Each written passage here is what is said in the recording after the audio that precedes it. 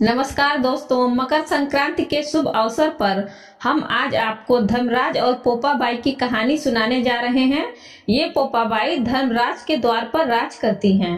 एक गांव में एक पोपाबाई रहती थी। जब वह 5 साल की थी तभी से वह नित्य नियम से धर्मराज जी की व्रत कथा सुनती थी और व्रत करती थी। एक दिन उसने अपने भाई व भाभी से कहा कि मैं शादी नहीं करूंगी।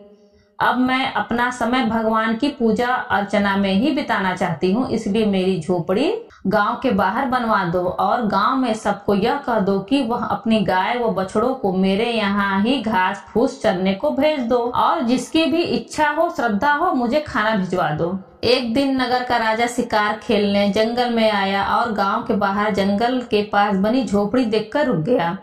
झोपड़ी के पास जाकर उसने आवाज लगाई कि कौन है, लेकिन भीतर से कोई आवाज न आने पर वह लगातार दरवाजा खटखटाता रहा।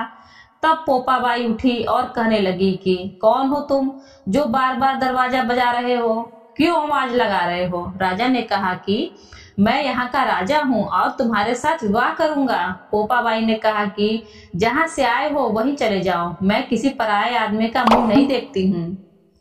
राजा ने पोपाबाई की एक नहीं सुनी और उसे जबरदस्ती उठाकर ले गया।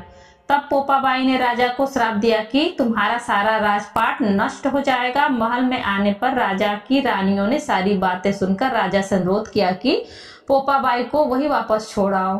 राजा जब पोपाबाई को वापस झोपड़ी में छोड़ने जाने लगा तो रास्ते में पाप की नदी आई जिसमें राजा डूब गया।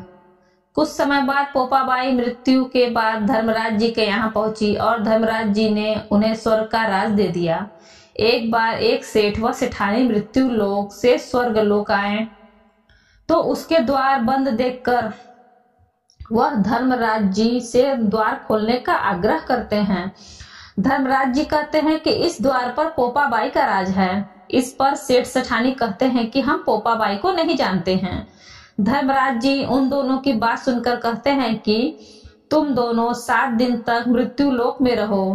8 खोपरा में राई भरकर 5 कपड़े ऊपर रखकर कहानी सुनकर उद्यापन करना और कहना कि राज है पोपाबाई, लेखा लेगी राई राई का। सारे बोलो पोपाबाई की जय, धर्मराज जी महाराज की जय।